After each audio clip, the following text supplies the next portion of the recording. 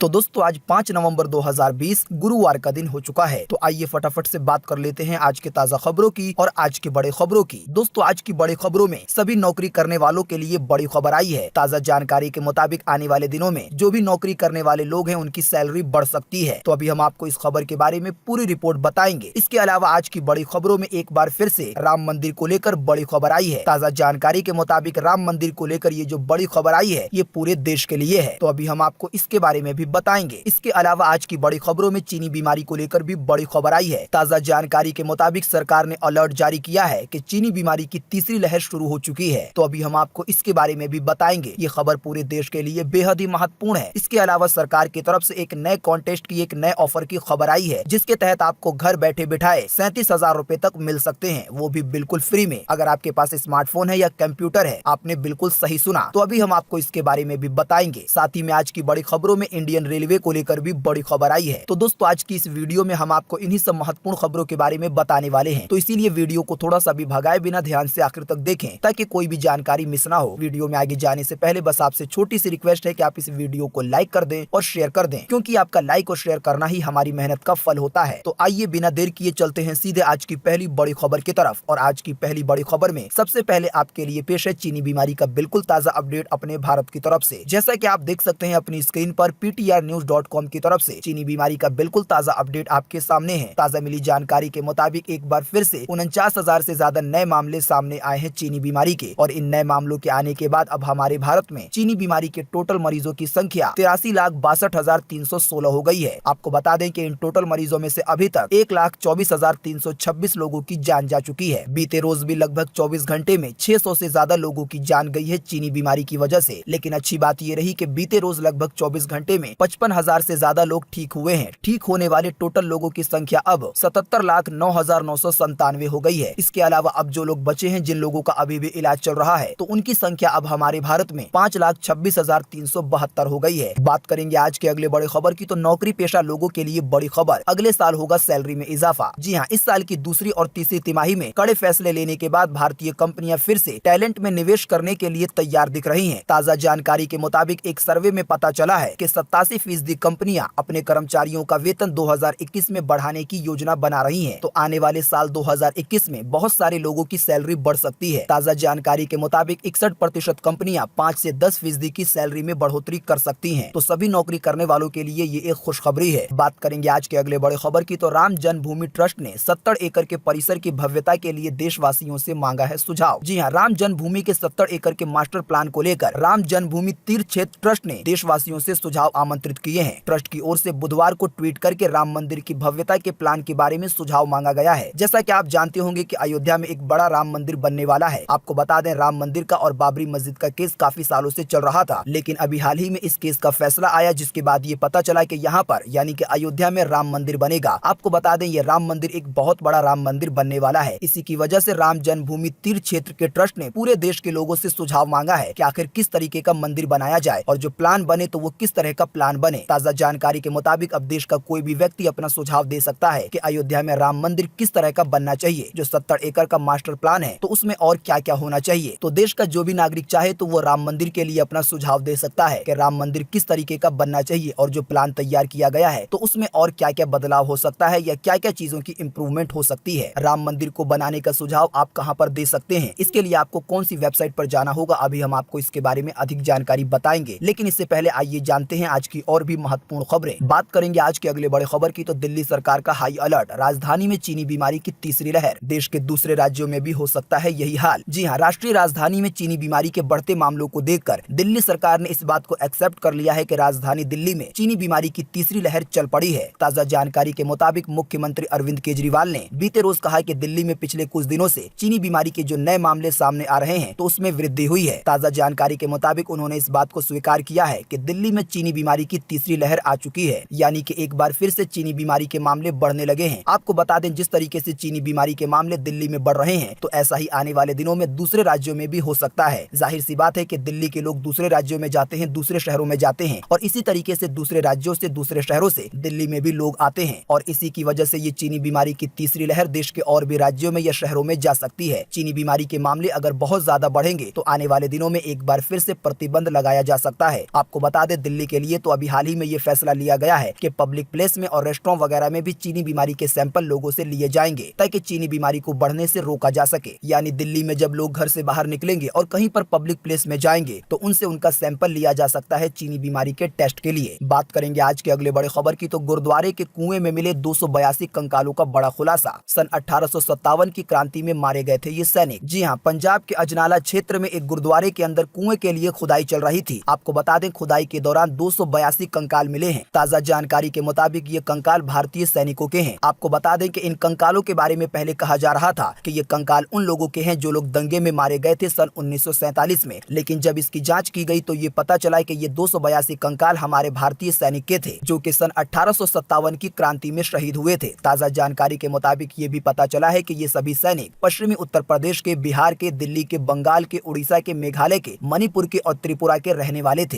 ताजा जानकारी के मुताबिक सैनिकों के जो कंकाल मिले हैं, जो खोपड़ियां मिली हैं या दांत मिले हैं, तो उसकी कुछ तस्वीरें भी हैं। तो आप उन तस्वीरों को कहां देख सकते हैं, अभी हम आपको इसके बारे में अधिक जानकारी बताएंगे। लेकिन इससे पहले आइए जानते हैं आज की और भी महत्वपूर्ण खबरें। बात करेंगे आज के अगले बड़े खबर की तो सरकार की तरफ से आया एक और नया कॉन्टेस्ट, जिसके तहत आप जीत सकते हैं बिल्कुल फ्री में घर बैठे बैठे 37,000 रुपए तक। जी हाँ, भारत सरकार की अपनी वेबसाइट पर एक नया कॉन्टेस्ट शुरू हुआ है सतर्क भारत और समृद्धि भारत के अभियान के लिए। ताजा जानकारी के मुताबिक हमारे भारत में एक योजना की शुरुआत की गई है लोगों में अखंडता और एकता जगाने के लिए। आपको बता दें इसी मुहिम के लिए आपको एक स्लोगन बनाना है। अगर आपका बनाया हुआ स्लोगन सरकार को पसंद आता है तो आपको बिल्कुल फ्री में 15,000 रुपए मिलेंगे घर बैठे बैठे। साथ ही में आपको बता दें कि आपको इसी मुहिम के लिए एक आर्टिकल भी लिखना है। आपको बताना है भारत की अखंडता के बारे में, भारत की एकता के बारे में कि आखिर किस तरीके से सभी भारतीय एक रहें ताकि हमारा देश तरक्की करे। आपको बता दें इसी मुहिम का ये एक दूसरा कॉन्टेस्ट है। अगर आप इसमें हिस्सा लेते हैं और फर्स्ट प्राइज पाते हैं तो आपको 7,000 रुपए मिलेंगे, और अगर सेकंड प्राइज पाते हैं तो आपको 5,000 रुपए मिलेंगे, और अगर थर्ड प्राइज पाते हैं तो आपको 3,000 रुपए मिलेंगे। इसके अलावा इसी मुहिम के लिए एक और कॉन्टेस्ट की शुरुआत की गई है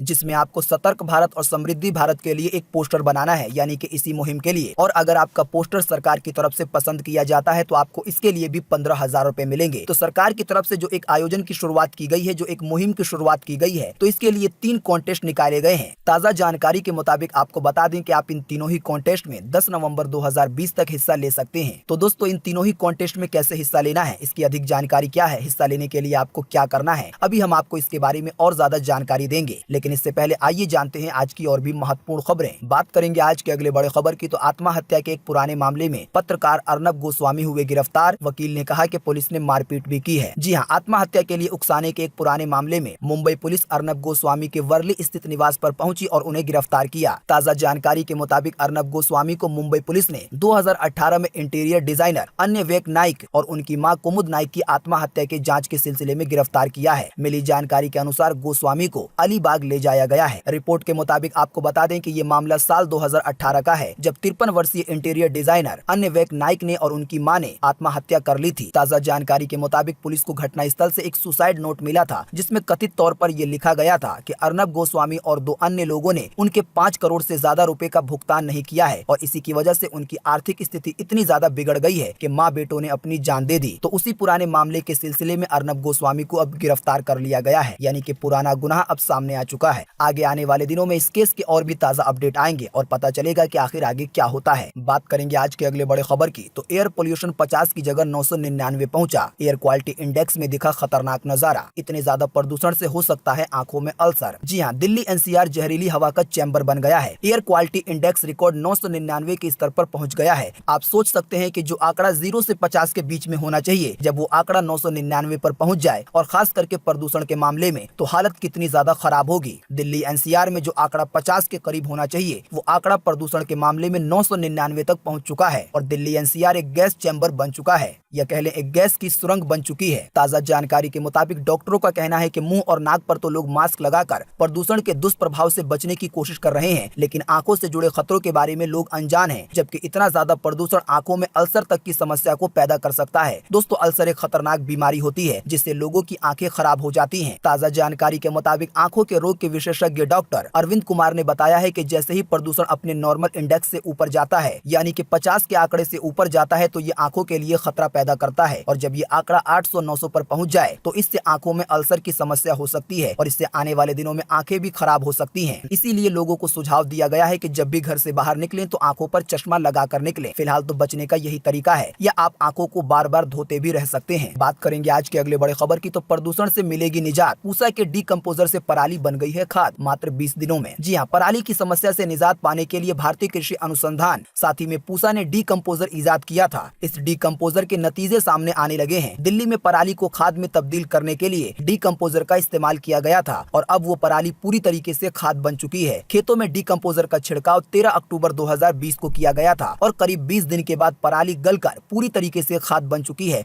और अब किसान अपने खेत में बुआई का काम कर सकते हैं। ताजा जानकारी के मुताबिक एक ऐसा डीकंपोजर बनाया गया है, यानी कि एक ऐसा केमिकल बनाया गया है जिसको अगर पराली पर डाल दिया जाए तो वो लगभग 20 दिनों के अंदर पूरी तरीके से गल के खाद बन जाएगी। अच्छी बात यह है कि ये डीकंपोजर किसानों को सस्ते में मिलेगा। दोस्तों, जैसा कि अभी हमने बात की थी पोल्यूशन की कि दिल्ली एनसीआर में कितना ज्यादा पोल्यूशन हो गया है, आपको बता दें इस पोल्यूशन का जिम्मेदार एक तरीके से पराली जलाना भी है। जब भी खेतों में धानों की कटाई कर दी जाती है या किसी भी तरह की खेती की कटाई कर दी जाती है तो उसकी जड़ को किसान जला देते हैं। ऐसा किसान इसलिए करते हैं ताकि जो खेती की जड़ है उसे एक एक करके उखाड़ना ना पड़े, इसीलिए उसे जला दिया जाता है। लेकिन ये जो डीकंपोजर बनाया गया है, इसके जरिए वो जो खेती की जड़ है, वो जो बाद का कूड़ा बचता है, वो पूरी तरीके से गल के खाद बन जाएगा और खेतों में इस्तेमाल हो सकेगा। दोस्तों, अगर आपको पता नहीं है तो हम आपको बता दें कि हर साल पराली जलाने की वजह से जो धुआं उठता है उससे प्रदूषण काफी ज्यादा बढ़ जाता है। सैटेलाइट की तस्वीरों से पता चलता है कि आसपास के राज्यों में, खास करके पंजाब में काफी मात्रा में पराली जलाने की घटनाएं होती हैं और हो रही हैं। पंजाब, हरियाणा, उत्तर प्रदेश में जो पराली जलाई जाती है तो उसका जो पूरा धुआं है वो पूरे उत्तर भारत को घेर लेता है, यानी दिल्ली और इसके आसपास के राज्यों में जो प्रदूषण का स्तर है वो काफी ज्यादा बढ़ जाता है और ये सेहत के लिए बेहद ही खतरनाक होता है। अभी हम आपको थोड़ी देर में एक ऐसा तरीका बताएंगे जिसके जरिए आप अपने शहर का प्रदूषण स्तर देख पाएंगे कि आखिर आपके शहर में प्रदूषण का स्तर क्या है। तो बने रहिए हमारे साथ। बात करेंगे आज के अगले बड़े खबर की, तो गुज्जर आंदोलन के चलते कई ट्रेनें हुई प्रभावित, गाड़ियों का स्टेटस चेक करके ही घर से निकलें। जी हाँ, गुज्जर आंदोलन के चलते भारतीय रेलवे की सेवाओं पर हर रोज असर पड़ रहा है। ताजा जानकारी के मुताबिक गुज्जर आंदोलन की वजह से कई गाड़ियां या तो रद्द हो जा रही हैं या उनके रूट बदले जा रहे हैं। तो इसीलिए अगर अभी के समय में आप ट्रेन से सफर करने वाले हैं तो घर से निकलने से पहले अपनी गाड़ी की स्थिति जरूर जांच लें, कहीं आपके गाड़ी का रूट तो नहीं बदल दिया गया या वो रद्द तो नहीं हो गई। अपने गाड़ी का स्टेटस देखने के लिए आप इंडियन रेलवे की साइट पर जा सकते हैं या IRCTC की वेबसाइट पर जा सकते हैं या आप 139 यानी कि 139 पर भी कॉल कर सकते हैं। बात करेंगे आज के अगले बड़े खबर की, तो रेलवे ने एग्जाम के लिए चलाई ये स्पेशल ट्रेनें, चेक करें अपने रूट की गाड़ी। जी हाँ, भारतीय रेलवे ने राजस्थान पुलिस कांस्टेबल परीक्षाओं को ध्यान में रखते हुए परीक्षार्थियों की सुविधा के लिए 7 परीक्षा स्पेशल ट्रेनों को चलाने का ऐलान किया है। इसमें आम लोग भी सफर कर पाएंगे। इन ट्रेनों के चलाए जाने से कैंडिडेट्स को काफी सहूलियत मिलेगी। उत्तर पश्चिमी रेलवे के मुख्य जनसंपर्क अधिकारी सुनील बोनीवाल के मुताबिक मांग को ध्यान में रखते हुए अलग अलग रूटों पर इन ट्रेनों को चलाया जाएगा, यानी कि 7 और नई ट्रेनें चलाई जाएंगी। तो हम आपको इसी वीडियो के नीचे डिस्क्रिप्शन में एक लिंक देंगे जिस पर आप क्लिक करके ये जान सकते हैं कि जो 7 नई ट्रेनें चलाई जाने वाली हैं तो वो कहां से कहां के लिए चलेंगी और बीच में कहां कहां पर रुकेंगी, कौन से नंबर से चलेंगी, इनकी टाइमिंग वगैरह क्या होगी। आप ये टोटल जानकारी प्राप्त कर पाएंगे लिंक द्वारा। अगर मैं एक एक करके बताऊंगा तो वीडियो काफी ज्यादा लंबा होगा। बात करेंगे आज के अगले बड़े खबर की, तो सऊदी में अब नौकरी बदल सकेंगे पीड़ित प्रवासी मजदूर, लाखों भारतीय कामगारों को होगा फायदा। जी हाँ, सऊदी अरब ने दूसरे देशों से आने वाले प्रवासी मजदूरों को लेकर बीते रोज बुधवार को बड़ा फैसला लिया है। इस फैसले से वहाँ के काम करने वाले लाखों भारतीय कामगारों को फायदा होगा। इस नए बदलाव के तहत जो मालिक या कंपनियां लोगों के साथ दुर्व्यवहार करती है और किसी भी तरह का शोषण करती है या कम वेतन देती है तो ऐसे लाखों प्रवासी मजदूरों को इसमें सहायता मिलेगी। साथ ही में जो बदलाव किया गया है उसके मुताबिक लाखों प्रवासी मजदूरों पर अपने उसी मालिक के साथ बंधे रहने की पाबंदी भी खत्म हो जाएगी। ताजा जानकारी के मुताबिक सऊदी अरब के मानव संसाधन और सामाजिक विकास मंत्रालय ने कहा है कि इन सुधारों के तहत विदेशी कर्मचारियों को एक जगह से दूसरी जगह काम करने, नौकरी छोड़ने और देश में फिर से प्रवेश करने और अपने मालिक की सहमति के बिना या कंपनी के बिना अंतिम निकास वीजा सुरक्षित करने की अनुमति दी जाएगी। इन सुधारों की लंबे समय से जरूरत महसूस की जा रही थी। ताजा जानकारी के मुताबिक अभी सऊदी अरब में इस तरह का कानून है कि अगर कोई वहाँ पर काम करने जाता है तो उसका एक टाइम फिक्स होता है, 2 साल, 4 साल, 5 साल, तो उसको उतने साल तक उसी मालिक के पास या एक कंपनी में ही काम करना पड़ता है, चाहे उसको कितना भी सताया जाए, मारा जाए, पीटा जाए या कम पैसे दिए जाए या पैसा ना दिया जाए। लेकिन सऊदी अरब सरकार की तरफ से ये जो नया बदलाव किया जाएगा तो इसके मुताबिक अब काम करने वाले मजदूर जो दूसरे देश से वहाँ पर जाएंगे तो उन्हें एक ही मालिक के साथ या एक ही कंपनी के साथ बंधे रहने की जरूरत नहीं है। वो चाहे तो अपनी नौकरी को बदल सकते हैं या नौकरी को छोड़ भी सकते हैं। तो जो भी लोग भारत से सऊदी अरब काम करने गए हुए हुए हैं या जाने वाले हैं, तो ये खबर उन लोगों के लिए बेहद ही महत्वपूर्ण है और फायदे की है। आपको बता दें कि इसी तरीके से मिलता जुलता कानून अभी हाल ही में कतर ने भी बनाया था, क्योंकि कतर में भी बहुत सारे भारतीय जाते हैं काम करने के लिए। भारतीय बहुत ज्यादा इन देशों में काम करने के लिए इसलिए जाते हैं क्योंकि वहाँ पर अगर सैलरी 2000-3000 रुपए मिलती है, तब भी वो भारत के 25-30-40 हजार रुपए हो जाते हैं, क्योंकि वहाँ का 1 रुपया कह लें या 1 रियाल कह लें, वो यहाँ पर 19-20 रुपए तक हो जाता है। बात करेंगे आज के अगले बड़े खबर की, तो आईफोन 12 जैसा स्मार्टफोन ला रहा है हुआवे, जिसका नाम होगा नोवा 8 SE। आइए बताएं इसके बारे में। जी हाँ, हुआवे के upcoming mid range smartphone Huawei nova 8 SE की झलक सामने आ गई है और एक बार को देखने में ये आईफोन 12 के सीरीज के स्मार्टफोन की तरह लगता है। हुआवे का जो नया फोन आने वाला है उसकी तस्वीर भी आपकी स्क्रीन पर है, आप खुद भी देख सकते हैं। ये देखने में लगभग आईफोन 12 जैसा लगता है, जिसको अभी हाल ही में एप्पल कंपनी ने पेश किया था। ताजा जानकारी के मुताबिक ये एक मिड रेंज स्मार्टफोन होगा, यानी कि ये तो न ज्यादा महंगा होगा और न ही ज्यादा सस्ता होगा। ताजा जानकारी के मुताबिक इसकी कीमत 30,000 रुपए के करीब हो सकती है। इस फोन में आपको 8GB रैम के साथ 128GB का इंटरनल स्टोरेज मिलेगा। बाकी अधिक जानकारी के लिए आप हुआवे की वेबसाइट पर जा सकते हैं और नोवा 8 SE के फीचर देख सकते हैं। बात करेंगे आज के अगले बड़े खबर की, तो लंदन जाने वाली एयर इंडिया की 2 फ्लाइट को लेकर दिल्ली एयरपोर्ट को मिली धमकी, अलर्ट हुआ जारी। जी हाँ, सिख फॉर जस्टिस नाम के एक संगठन की ओर से ये धमकी मिली है। ताजा जानकारी के मुताबिक धमकी मिलने के बाद दिल्ली पुलिस हाई अलर्ट पर है। इसके अलावा जो भी एजेंसियां हैं सिक्योरिटी के लिए, उसको भी हाई अलर्ट पर रखा गया है। ताजा जानकारी के मुताबिक बीते रोज 5 नवंबर को 2 फ्लाइटें दिल्ली से लंदन जाने वाली थी और इन्हीं फ्लाइट को लेकर ये धमकी दी गई थी कि इन फ्लाइटों को हम लंदन नहीं पहुंचने देंगे। जैसे ही ये धमकी दी गई तो वैसे ही सारी सुरक्षा एजेंसियां अलर्ट हो गई हैं। जो दिल्ली का एयरपोर्ट है उसकी भी सुरक्षा बढ़ा दी गई है। आपको बता दें कि सिख फॉर जस्टिस संगठन सरदारों के नामों से चलती है, लेकिन अच्छे सरदारों का इस संगठन से दूर दूर तक कोई लेना देना नहीं है, क्योंकि इस संगठन को आतंकवाद घोषित किया गया है भारत की तरफ से और इसी संगठन ने बीते रोज ये धमकी दी थी एयर इंडिया की 2 फ्लाइटों के लिए। बात करेंगे आज के अगले बड़े खबर की, तो एक बार फिर से बोरवेल में गिरा मासूम, रेस्क्यू है जारी। जी हाँ, मध्य प्रदेश के निवाड़ी जिला में एक बार फिर से एक 3 साल का बच्चा बोरवेल में गिर गया है। दोस्तों, शायद आप सभी लोग बोरवेल के बारे में जानते होंगे। बोरवेल एक बहुत छोटा सा गड्ढा लेकिन लंबी गहराई वाला गड्ढा होता है, जिसका मुंह भी बहुत ज्यादा पतला होता है। आपको बता दें कि जब कोई इस बोरवेल में गिर जाता है तो उसकी जान बाई चांस ही बच पाती है, ये किस्मत के ऊपर होता है। साथ ही में हम आपको ये भी बताना चाहेंगे कि इस तरह की बोरवेल में बड़े आदमी नहीं गिर सकते, क्योंकि इसका मुंह असल में बहुत ज्यादा छोटा होता है। आपको बता दें एक बार फिर से 3 वर्ष का एक बच्चा बोरवेल में गिर चुका है। ये बोरवेल खेत में बना हुआ था और ये बोरवेल उसी शख्स का था जिसका वो बच्चा था और वो खेत भी उसी शख्स का था। लेकिन आपको बता दें 3 साल के बच्चे की जान पर आ बनी है। जो रेस्क्यू टीम है वो अपने स्तर पर काम कर रही है और बच्चे को बचाने की कोशिश कर रही है। ताजा जानकारी के मुताबिक बीते रोज एक CCTV फुटेज सामने आया था जिसमें बच्चा उल्टा लटका हुआ दिखाई दे रहा था और लगभग जब ये वीडियो रिकॉर्ड किया जा रहा है तो उस समय ये रिपोर्ट आई थी पिछले 2-3 घंटे से बच्चे की आवाज भी आना बंद हो गई है। ऐसा हो सकता है कि जिस समय आप ये वीडियो देख रहे हो तो बच्चा बोरवेल से निकल चुका हो। हम बस यही कामना करते हैं और दुआ करते हैं कि वो बच्चा सही सलामत बच जाए। इस बच्चे के बारे में आप क्या कहना चाहते हैं और बोरवेल के बारे में क्या कहना चाहते हैं, इसी वीडियो के नीचे कमेंट बॉक्स में अपना कमेंट जरूर लिखें। बात करेंगे आज के अगले बड़े खबर की, तो आज 5 नवंबर 2020 को ये रहेगा मौसम का हाल। मौसम विभाग ने जारी किया है मौसम का पूर्वानुमान। जी हाँ, मौसम विभाग के अनुसार अगले 24 घंटे के दौरान देश के ज्यादातर इलाकों में बारिश कम रहेगी। हालांकि इस दौरान पूर्व उत्तर राज्यों और दक्षिणी भारत के राज्यों में बारिश की गतिविधियां हो सकती हैं। इस दौरान मणिपुर, मिजोरम, असम, त्रिपुरा, अरुणाचल प्रदेश, केरल, दक्षिणी आंतरिक कर्नाटक, तमिलनाडु और अंडमान निकोबार द्वीप समूह के भी कुछ हिस्सों में हल्की से मध्यम बारिश हो सकती है, यानी कि आज 5 नवंबर को। इसके अलावा तटीय आंध्र प्रदेश में भी अलग अलग जगहों पर हल्की बारिश की संभावना है। इसके अलावा जम्मू कश्मीर में, गिलगित बल्टिस्तान में, मुजफ्फराबाद में और लद्दाख के भी ऊपरी क्षेत्रों के 1-2 स्थानों पर हल्की बारिश हो सकती है। दोस्तों, अभी हमने आपको जिन भी राज्यों के जिन भी जगहों के नाम बताए हैं, तो इसको छोड़कर लगभग पूरे देश में मौसम सूखा बना रह सकता है। मौसम की ये ताजा जानकारी स्काईमेट वेदर की तरफ से थी। बात करेंगे आज के अगले बड़े खबर की, तो महाराष्ट्र में आज से खुलेंगे सिनेमा हॉल और योग संस्था, लेकिन अपनाने होंगे साथ में ये नियम भी। जी हाँ, महाराष्ट्र सरकार ने मिशन बिगिन अगेन के तहत आज 5 नवंबर यानी कि गुरुवार से कई और नियमों में ढील देते हुए सिनेमा हॉल, योग संस्था, मल्टीप्लेक्स और थिएटर को खोलने की मंजूरी दी है। ताजा जानकारी के मुताबिक आज गुरुवार से बहुत ऐसे कामों की छूट दी जाएगी महाराष्ट्र में जो कि चीनी बीमारी की वजह से लगभग 7 महीनों से बंद पड़े हुए हैं। हालांकि इन कामों में चीनी बीमारी की गाइडलाइनों का पालन करना होगा। एक तो जो मेन 3 गाइडलाइन है कि हमेशा मास्क पहनना,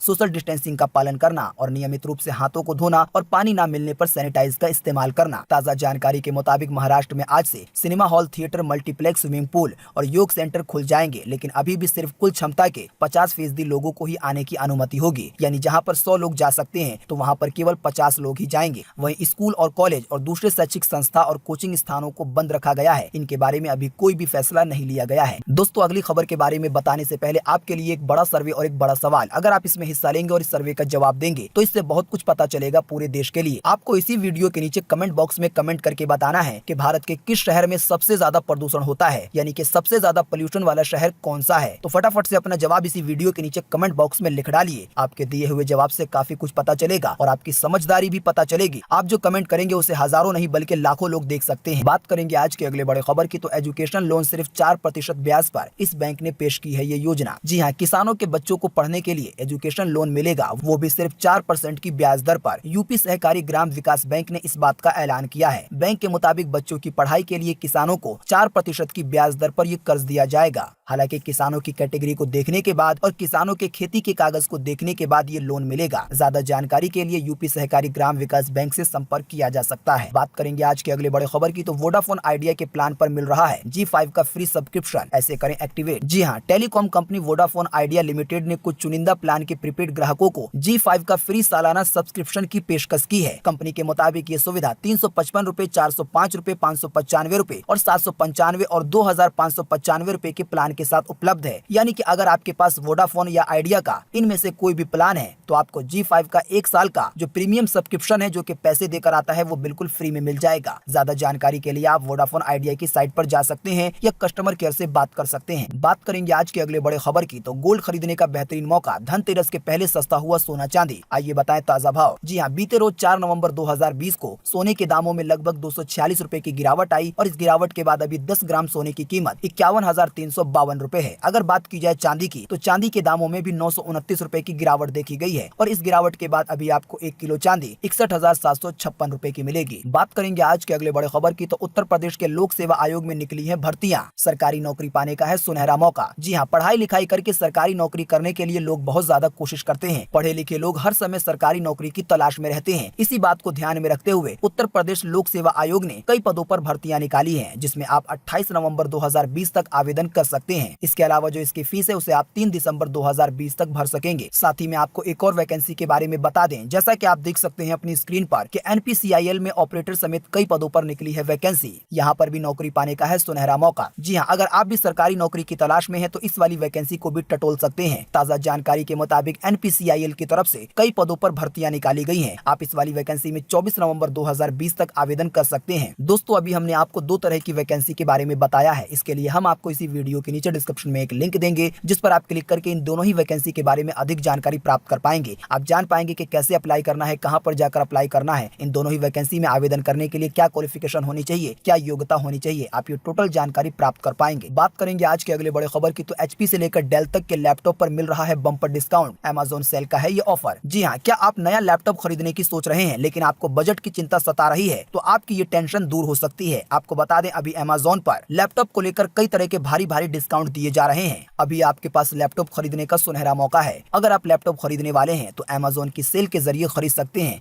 जो कि आम दिनों के मुकाबले में अभी आपको काफी सस्ते में पड़ेगा। हम आपको इसी वीडियो के नीचे डिस्क्रिप्शन में एक लिंक देंगे, जिस पर आप क्लिक करके उन सभी ऑफर के बारे में जान पाएंगे जो कि लैपटॉप पर चल रहे हैं Amazon पर। ऑफर जानने के साथ आप उसका फायदा भी उठा पाएंगे और आम दिनों के मुकाबले अभी सस्ते में लैपटॉप खरीद पाएंगे। दोस्तों, इसके अलावा हम आपको इसी वीडियो के नीचे डिस्क्रिप्शन में एक और लिंक देंगे, जिसके जरिए आप राम मंदिर बनने का सुझाव दे पाएंगे। जैसा कि हम आपको पहले बता चुके हैं कि राम मंदिर ट्रस्ट की तरफ से पूरे देश के लोगों से सुझाव मांगा गया है कि ये जो बड़ा राम मंदिर बनने वाला है, तो इसका प्लान आखिर किस तरह का हो। तो हम जो आपको लिंक देंगे, आप उसके द्वारा राम मंदिर बनने का सुझाव दे पाएंगे। इसके अलावा हम आपको इसी वीडियो के नीचे डिस्क्रिप्शन में एक और लिंक देंगे, जिस पर आप क्लिक करके सरकार के कॉन्टेस्ट में हिस्सा ले पाएंगे, जो कि एकता और अखंडता के मुहिम के लिए है, जिसके जरिए आप 15,000 रुपए या 7,000 रुपए, या अगर आप तीनों कॉन्टेस्ट में हिस्सा लेकर जीत जाते हैं तो आप 37,000 रुपए तक पा सकते हैं। तो हम जो आपको लिंक देंगे, आप उसके द्वारा उस कॉन्टेस्ट की अधिक जानकारी प्राप्त कर पाएंगे। आप जान पाएंगे कि आपको सरकार की कौन सी वेबसाइट के कौन से पेज पर जाना है और आप किस तरीके से हिस्सा ले सकते हैं। इसके अलावा हम आपको इसी वीडियो के नीचे डिस्क्रिप्शन में एक और लिंक देंगे, जिस पर आप क्लिक करके ये जान पाएंगे कि आपके शहर में जो एयर क्वालिटी है, जो पोल्यूशन का स्तर है, तो वो कौन से अंक पर है और क्या वो आपके शहर के लिए खतरनाक है या सही है। आप ये भी जानकारी प्राप्त कर पाएंगे। बात करेंगे आज के अगले बड़े खबर की, तो केंद्र शासित प्रदेश बनने के बाद जम्मू कश्मीर में पहले चुनाव का ऐलान, 8 चरणों में होंगे मतदान। जी हाँ, केंद्र शासित प्रदेश बनने के बाद जम्मू कश्मीर में पहले चुनाव का ऐलान बुधवार को कर दिया गया है। राज्य निर्वाचन आयुक्त के शर्मा ने बताया है कि जिला विकास परिषद चुनाव, पंचायत और स्थानीय निकास उपचुनाव 8 चरणों में होंगे। यानी कि अब जम्मू कश्मीर में भी चुनाव होगा, क्योंकि अब वो भी हमारे देश के दूसरे राज्यों की तरह हो चुका है। पहले जम्मू कश्मीर एक स्पेशल स्टेट में आता था, लेकिन अब वो दूसरे राज्यों की तरह हो चुका है। वहाँ पर अब जिला विकास परिषद के लिए और पंचायत के चुनाव होने वाले हैं। आपको बता दें, ये चुनाव 28 28 नवंबर से शुरू होंगे और ये चुनाव 8 चरण में होंगे। आखिरी चरण का चुनाव 19 दिसंबर 2020 को होगा और इन चुनाव का रिजल्ट 22 दिसंबर 2020 को आएगा। तो दोस्तों आज 5 नवंबर 2020 की यही ताजा खबरें थी और महत्वपूर्ण खबरें थी। उम्मीद करते हैं कि इससे आपको काफी कुछ जानकारी मिली होगी। हम बस इसके बदले में आपसे इतना ही चाहते हैं कि आप इस वीडियो को लाइक कर दें और शेयर कर दें, क्योंकि आपका लाइक और शेयर करना ही हमारी मेहनत का फल होता है। वीडियो देखने के लिए आपका बहुत बहुत धन्यवाद। Thanks for watching.